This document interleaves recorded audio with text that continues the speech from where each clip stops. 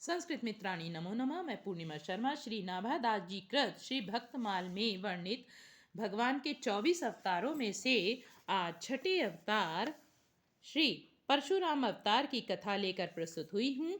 प्रारंभ करते हैं। वाल्मीकि रामायण के अनुसार साक्षात ब्रह्मा जी के पुत्र राजा कुश के 4 पुत्रों में से कुशनाभ दूसरे पुत्र थे। राजा कुशनाभ ने पुत्र प्राप्ति के लिए पुत्रेष्टि यज्ञ किया, जिसके फलस्वरूप गाधी नामक परम धर्मात्मा पुत्र हुआ। राजा गाधी, ये गांधी नहीं है, कभी आप गांधी समझे महात्मा गांधी, ये राजा गाधी है, ठीक है। राजा गाधी के एक सत्यवती नाम की कन्या थी, जो महर्षि ऋचिक को ब्याही गई थी, यानी ऋचिक ऋषि महर्षि से सत्यवती का विवाह हुआ था। एक बार सत्यवती और सत्यवती को की माता ने ऋचिक जी के पास पुत्र कामना से जाकर उसके लिए प्रार्थना की।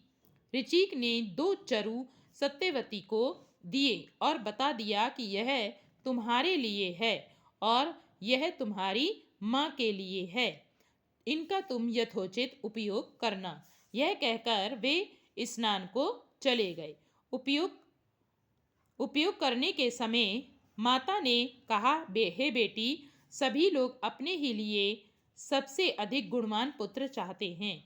अपनी पत्नी के भाई के गुणों में किसी की विशेष रुचि नहीं होती, अतः तू अपना चरु मुझे दे दो और मेरा तू ले ले, क्योंकि मेरे पुत्र को तो संपूर्ण भूमंडल का पालन करना होगा और ब्राह्मण कुमारों को तो बल, हीरे तथा संपत्ति आदि से लेना देना ही क्या है। ऐसा कहने पर सत्यवती ने अपना चरु माता को दे दिया, अर्थात प्रसाद, जो अलग अलग प्रसाद अलग अलग के नाम से था, माता और पुत्री दोनों के लिए अलग अलग था, तो उसने सत्यवती ने अपनी माता को अपना प्रसाद दे दिया। जब ऋषि को यह बात ज्ञात हुई, तब उन्होंने अपनी पत्नी से कहा कि तुमने यह बड़ा अनुचित किया, यानी कि गलत किया। ऐसा हो जाने से अब तुम्हारा पुत्र घोर योद्धा होगा, यानी कि वो क्षत्रिय होगा, युद्ध लड़ेगा ब्राह्मण होने पर भी, और तुम्हारा भाई ब्रह्मवेत्ता होगा। सत्यवती के बहुत प्रार्थना करने पर कि मेरा पुत्र ऐसा ना हो, उन्होंने कहा कि अच्छा, पुत्र तो वैसा ना होगा, किंतु पौत्र उस स्वभाव का होगा। यही कारण है कि राजा गाधी की स्त्री ने जो चरु खाया, उसके प्रभाव से विश्वामित्र जी हुए, जो क्षत्रिय होते हुए भी तपस्वी और ब्रह्मर्षि हुए, और ऋषि ऋचिक के पुत्र श्री यमदग्नि जी तो परम शांत दांत ब्रह्मर्षि हुए, परंतु यमदग्नि के पुत्र परशुराम बड़े ही घोर योद्धा हुए। एक बार यमदग्नि ऋषि ने अपनी स्त्री रेणुका जी को नदी से जल लाने को भेजा। वहां गंधर्व गंधर्वणी विहार कर रहे थे। ये जल लेने गईं तो उनका विहार देखने लगी। इसमें उन्हें लौटने में देर हुई। ऋषि ने देरी का कारण जान लिया और यह समझकर कि स्त्री को परपुरुष की रति देखना महापाप है, अपने पुत्रों को बुलाकर एक एक करके आज्ञा दी कि माता को मार डालो। परंतु मातृ स्नेहवश 7 पुत्रों ने इस काम को करना अंगीकार न किया, यानी स्वीकार नहीं किया। तब 8वें पुत्र परशुराम को आज्ञा दी कि इन सब भाइयों सहित माता का वध करो।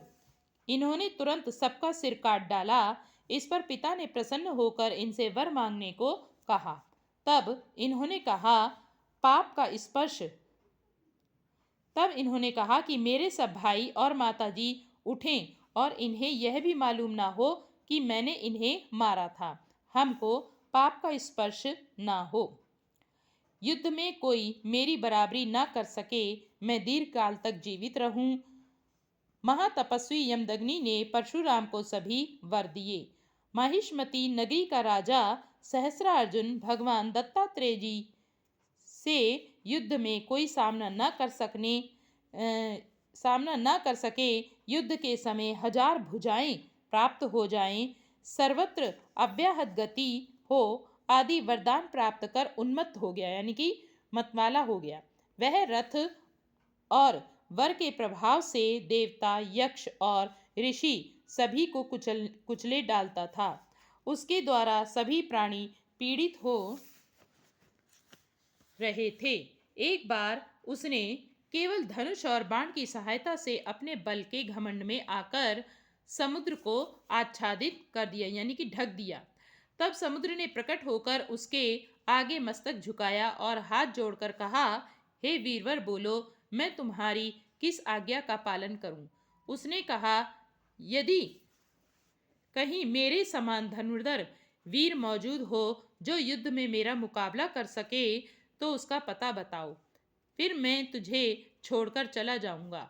तब समुद्र ने कहा, महर्षि यमदग्नि के पुत्र परशुराम युद्ध में तुम्हारा अच्छा सत्कार कर सकते हैं, तुम वहीं जाओ। यह सुनकर राजा ने वहीं जाने का निश्चय किया।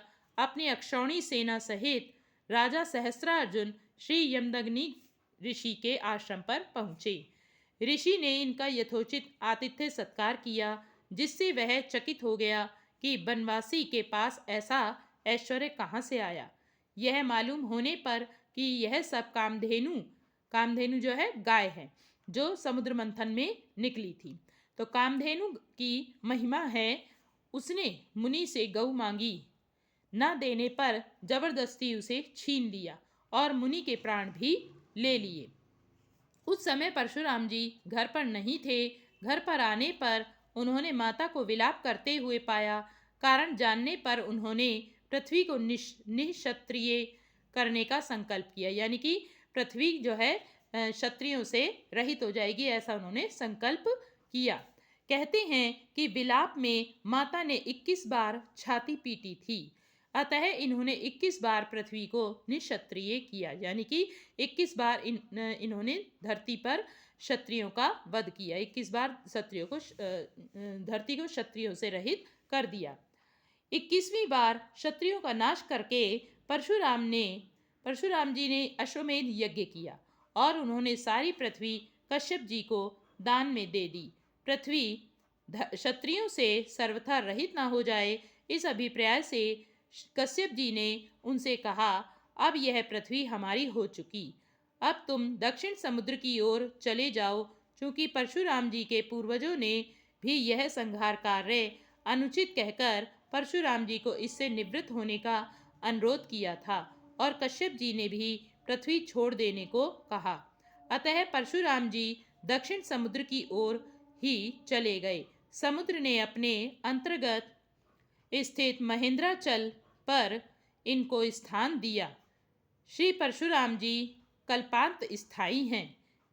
किसी किसी भाग्यशाली पुण्यात्मा को उनके दर्शन भी हो जाते हैं। अर्थात परशुराम जी आज भी धरती पर हैं, लेकिन किसी किसी, जैसे कि यहाँ लिखा हुआ है, किसी किसी भाग्यशाली पुण्यात्मा को उनके दर्शन होते हैं, अर्थात जिनका मन पवित्र होता है उनको उनके दर्शन हो जाते हैं। आज के लिए इतना ही। अगली वीडियो में हम भगवान के श्री रामावतार की कथा पढ़ेंगे। धन्यवाद।